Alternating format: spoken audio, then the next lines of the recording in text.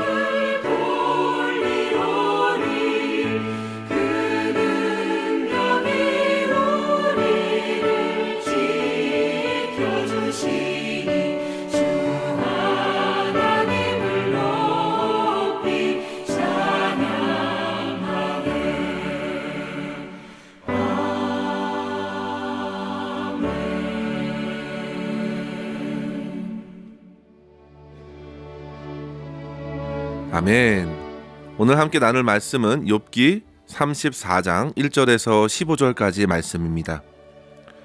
엘리후가 말하여 이르되 지혜 있는 자들아 내 말을 들으며 지식 있는 자들아 내게 귀를 기울이라. 입이 음식물의 맛을 분별함 같이 귀가 말을 분별하나니 우리가 정의를 가려내고 무엇이 선한가 우리끼리 알아보자. 욥이 말하기를 내가 의로우나 하나님이 내 의를 부인하셨고 내가 정당함에도 거짓말장이라 하였고 나는 허물이 없으나 화살로 상처를 입었노라 하니 어떤 사람이 욥과 같으랴. 욥이 비방하기를 물 마시듯 하며 악한 일을 하는 자들과 한패가 되어 악인과 함께 다니면서 이르기를 사람이 하나님을 기뻐하나 무익하다 하는구나. 그러므로 너희 총명한 자들아 내 말을 들으라. 하나님은 악을 행하지 아니하시며 전능자는 결코 불의를 행하지 아니하시고 사람의 행위를 따라 갚으사 각각 그의 행위대로 받게 하시나니 진실로 하나님은 악을 행하지 아니하시며 전능자는 공의를 굽히지 아니하시느니라. 누가 땅을 그에게 맡겼느냐? 누가 온 세상을 그에게 맡겼느냐? 그가 만일 뜻을 정하시고 그의 영과 목숨을 거두실진데 모든 육체가 다 함께 죽으며 사람은 흙으로 돌아가리라. 아멘. 우리는 이제 욥기 32장 이후에 갑자기 등장한 엘리후를 통해서 뭔가 욥의 고난에 대한 새로운 통찰을 얻을 수 있게 되었습니다. 그는 욥의 고난을 해석하는 입장에서 욥과 변론했던 세 친구와는 다른 입장에서 교훈하였습니다. 고난 가운데서 분명한 하나님의 교훈이 있기 때문에 그렇게 고난이 임할 때에는 보다 더 하나님의 음성을 들을 수 있어야 한다고, 단지 고난의 원인을 생각하면서 죄로 인한 결과로서 주어지는 것이 아닐 수 있다는 사실을 열어주었습니다. 사랑하는 성도 여러분, 세계에서 장기를 제일 잘 두는 사람은 바로 훈수 두는 사람이라는 말이 있는데요. 훈수 두는 사람은 팽팽한 논쟁 안에 있는 것보다 거기에서 나와 보다 여유를 갖고 바라보기 때문에 상황을 더 잘 볼 수 있겠습니다. 그리고 비교적 객관적으로 바라보면서 나름대로 서로의 허점을 보다 더 잘 알 수가 있겠습니다. 그렇게 엘리후는 욥과 욥의 세 친구들 간에 오고 가는 이야기들을 한참 동안 들었습니다. 그래서 보다 더 객관적인 입장을 견지할 수 있었고, 그는 나의 하나님이다 라는 자기의 이름의 뜻대로 하나님의 입장에서 그들 모두에게 변론하기 시작하였습니다. 마치 선지자가 하나님의 백성들 앞에서 하나님의 뜻을 대변해주고 깨달음을 더해주듯이 엘리후는 그렇게 그들이 곧 하나님을 직접 대면하기에 앞서서 그들의 생각들을 다시금 하나님의 입장에서 돌이켜보도록 도전해주고 있는 것입니다. 특별히 오늘 본문은 엘리후의 두 번째 변론으로서 4절에 언급한 대로 무엇이 정의이고 무엇이 선인가 라는 질문을 하면서 하나님의 정의에 관하여 설득력 있게 이야기를 하고 있습니다. 본문 2절에 보시면요, 지혜 있는 자들아 들으며 지식 있는 자들아 귀를 기울이라. 16절에도요 반복적으로 총명이 있거든 이것을 들으며 내 말소리에 귀를 기울이라 했습니다. 사랑하는 성도 여러분, 우리는 고난과 고통의 삶 가운데서 혹은 삶의 풀기 어려운 문제 앞에서 우리는 겸손히 주님의 음성을 들어야 하겠습니다. 지혜는 어디서 올까요? 물론 지혜는 지혜로운 사람들의 이야기, 경륜 있는 분들의 조언도 중요하다 할 수 있습니다. 그러나 세상 사람들의 이야기가 아니라 지혜는 어디까지나 하나님에게서 온다는 사실입니다.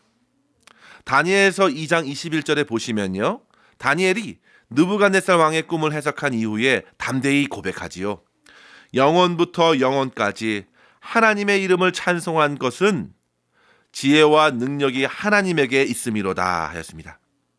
사랑하는 성도 여러분, 하나님의 말씀이 진리입니다. 그 말씀이 우리의 참된 지혜가 됩니다. 오늘 특별히 본문을 통해서 엘리후가 전해주고 있는 하나님의 정의에 관하여 이 시간 두 가지의 교훈으로 함께 생각하고 기도했으면 좋겠습니다. 첫 번째로 성도 여러분, 하나님께서는 불공평해 보이는 세상 안에서 결코 악을 행치 않으시고 정의를 굽히지 않으신다는 사실을 믿어야겠습니다. 일반적으로 사람들은 세상의 악이 기승을 부리는 현상 앞에서 하나님의 정의를 의심하곤 합니다. 지금 악한 자가 득세하고 의로운 사람이 이유 모를 고난을 당할 때에, 아프리카의 수많은 아이들이 태어난 지 얼마 되지 않아 기아와 질병으로 고통당하며 죽어가는 것을 볼 때에, 그리고 갑자기 일어난 자연재해로 수십만 명의 목숨을 잃게 될 때에, 여러 가지 불합리한 일들을 보면서 우리는 세상을 다스리시는 하나님께 정말 의롭고 선한지 질문하지 않을 수 없죠. 많은 사람들은 이러한 문제를 가지고 하나님의 선하심과 정의로우심을 의심하곤 합니다. 그러나 성도 여러분, 여기서 사람의 생각과 판단의 기준은 무엇입니까? 저마다 자기가 신뢰를 두는 여러 가지 지혜와 지식, 경험과 이론들이 기준이 되어서 사물과 사람들과 현상들을 판단하는 것뿐입니다. 그리고 더 위험한 것은요, 하나님마저도 그와 같은 잣대로 보려 한다는 것입니다. 사실 욥의 세 친구들도 오로지 자기들의 제한된 관점으로 욥의 고난이 그저 그의 죄악으로 인한 것이라고 단정하면서 하나님 앞에서 내 죄악을 속히 회개하라고 독촉했는데요. 그러나 엘리후는 달랐습니다. 친구들이 고난의 원인으로 욥을 닥달했다면 엘리후는 오히려 고난의 목적을 생각하게 했습니다. 33장 30절에 보시면요, 그들의 영혼을 구덩이에서 이끌어 생명의 빛을 그들에게 비추려 하심이니라 했습니다. 고난이 생기는 이유는 여러 가지가 있습니다. 그러나 그 모든 이유를 인간으로서 다 밝히 알 수 없는 한계가 있는 것입니다. 분명한 것은 의로우시고 선하신 하나님께서는 반드시 그 고난들을 통해서 유익을 일으키시는 분이라는 사실을 깨닫는 것입니다. 그런데 욥은 어떻습니까? 오로지 새 친구들의 주장에 맞서서 5절에 보시면요, 그 고난에 대해서 내가 의로우나 하나님께서 내 의를 부인하셨고 내가 정당하였음에도 거짓말장이라 하였고 나는 허물이 없으나 화살로 상처를 입었노라 말하면서 고난 중에 자기 의를 끝까지 붙들고 있는 것을 지적한 것이죠. 성도 여러분, 물론 하나님께서 욥기 1장에서 욥을 당대의 의인으로 인정하셨고 그와 같은 이가 세상에 없다고 할 정도로 자랑하셨지만 그렇다고 해서 욥이 스스로 자기의 의를 하나님께 내세울 수 있을까요? 욥이 자기의 의를 내세우면서 하나님, 내가 고난받아야 할 이유가 도대체 무엇입니까? 그렇게 하나님을 비방하고 원망할 수 있을까요? 엘리후가 말합니다. 7절에 보시면요. 어떤 사람이 욥과 같으랴. 욥이 비방하기를 물 마시듯 한다 했습니다. 그렇게 하나님께 항변하는 욥에게 엘리후는 자기의 의를 여전히 붙들고 있다고 책망하는 것입니다. 성도 여러분, 욥은 앞서 31장 35절에서 자기가 그동안 의롭게 살았던 삶을 맹세 형식으로 고백하면서 누구든지 나를 고발할 자가 있으면 고소장을 쓰라고 말하였는데요. 물론 고난과 고통 가운데 하나님께 호소할 수 있습니다. 그러나 그렇다고 자기의 의를 하나님 앞에 내세울 사람은 이 세상에 없습니다. 이사야서 64장 6절에 보시면요. 우리의 인간의 의는 다 더러운 옷과 같다고 했습니다. 성도 여러분, 인간이 최선을 다해 의롭게 살아도 하나님 앞에서 가장 더러운 걸레와 같은 옷을 입고 있는 것과 같습니다. 그렇기 때문에 하나님께서는 우리 주 예수 그리스도를 이 땅에 보내주셨고 그리스도의 의의 옷을 입혀주심으로 주님의 의로운 자라 칭해주신 것입니다. 사랑하는 성도 여러분, 사람들은 선을 행하면서도 얼마든지 악을 쌓을 수 있습니다. 악은 사람의 속에서 나오는 것입니다. 결코 선하고 정의로우신 하나님께 악이 있는 것이 아닙니다. 12절 말씀을 보십시오. 진실로 하나님은 악을 행하지 아니하시며 젖는 자는 공의를 굽히지 아니하시느니라 했습니다. 따라서 성도 여러분, 우리는 결코 불합리한 상황에 자기가 놓여 있다 하더라도 심지어 욥과 같이 고통과 고난 속에 처하여 있다 하더라도 자기의 의에 빠지거나 하나님의 선하심과 정의로우심에 대해 의심하지 않도록 우리 영혼을 스스로 말씀으로 일깨워야 하겠습니다. 그리고 오직 우리의 의로우신 대제사장 주 예수 그리스도를 의지해야 되겠습니다. 결국 욥은 엘리후의 말씀과 같이 잠시 후 욥기 40장 8절에서 하나님의 음성을 직접 듣게 되는데요. 하나님이 말씀하십니다. 내가 내 공의를 부인하려느냐? 내 의를 세우려고 나를 악하다 하겠느냐? 사랑하는 성도 여러분, 우리 앞에 고난과 고통이라는 큰 어려움이 임하더라도 세상의 지혜나 지식에 의지하여 헛된 입술로 죄를 쌓지 말고 선하시고 공의로우신 하나님을 끝까지 신뢰하시고 우리 주 예수 그리스도만을 믿음으로 바라보며 인내하실 수 있기를 주의 이름으로 간절히 축원합니다. 두 번째로 성도 여러분, 하나님께서는 지금도 정의와 선으로서 세상을 다스리신다는 사실을 굳게 믿으시기를 바랍니다. 엘리후는 하나님의 정의로우신 모습을 곧 세상을 통치하시는 능력에서 볼 수 있다고 말합니다. 14절에 한번 보시면요. 그가 만일 뜻을 정하시고 그의 영과 목숨을 거두실진데 모든 육체가 다 함께 죽으며 사람은 흙으로 돌아가리라 했습니다. 성도 여러분, 하나님께서 공의로 악인들을 치신다고 생각하시고 뜻을 정하셔서 그들의 영과 목숨을 거두시면 어떻습니까? 사람은 당연히 흙으로 돌아갑니다. 하나님의 정의가 그렇게 악인들을 찾아가 그 즉시 생명을 취하시면 과연 세상에 남아있는 사람이 얼마나 될까요? 그러나 하나님은 자기의 정의와 공의를 그렇게 행하시지 않으셨습니다. 그 이유는 하나님께서 지극히 선하시기 때문입니다. 하나님의 선함과 정의는 결코 충돌되지 않습니다. 그래서 우리는 에스겔서 18장 23절에 악인의 멸망을 기뻐하지 않으시는 선하신 하나님을 만나게 됩니다. 주님의 선하심은 그렇게 악인들까지도 끝내 구원하시기 원하시는 인내로 나타났습니다. 베드로후서 3장 9절도 마찬가지입니다. 오직 주께서는 너희를 대하여 오래 참으사 아무도 멸망하지 아니하고 다 회개하기에 이르기를 원하시느니라 했습니다. 사랑하는 성도 여러분, 욥이 자기의 고통에서 하나님의 정의에 호소한다면 엘리후가 전하는 하나님의 대답은 바로 17절의 말씀입니다. 한번 읽어보겠습니다. 만약 정의를 미워하시는 이시라면 어찌 그대를 다스리겠느냐? 의롭고 전능하신 이를 그대가 정죄하겠느냐? 하나님의 정의는 그렇게 무지한 죄인을 향한 사랑과 공평과 정의로서 이 땅에 나타났습니다.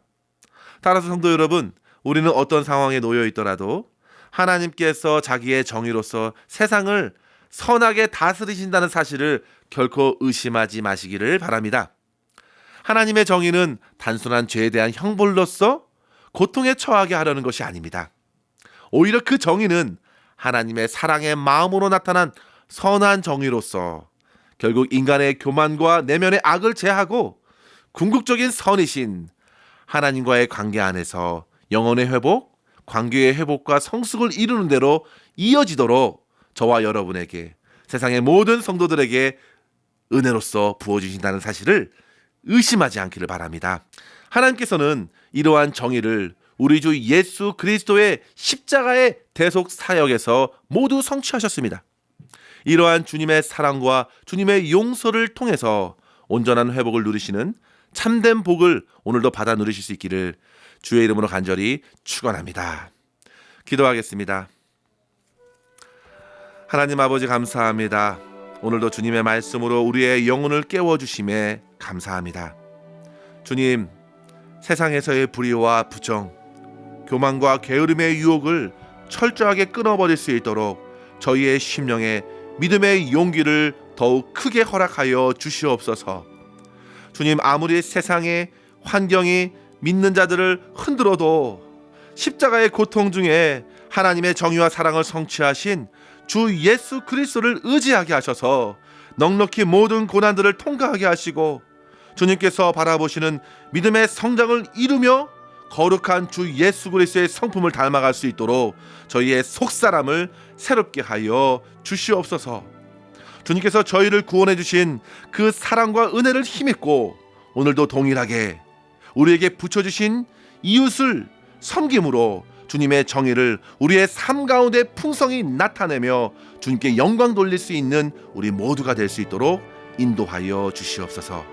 오늘도 주님의 충만한 임재 안에 승리하기를 간절히 소망하옵고 우리 구주 예수님의 이름으로 간절히 기도하옵나이다. 아멘. 사랑하는 성도 여러분, 오늘도 주 안에서 승리하시기를 바랍니다. 감사합니다.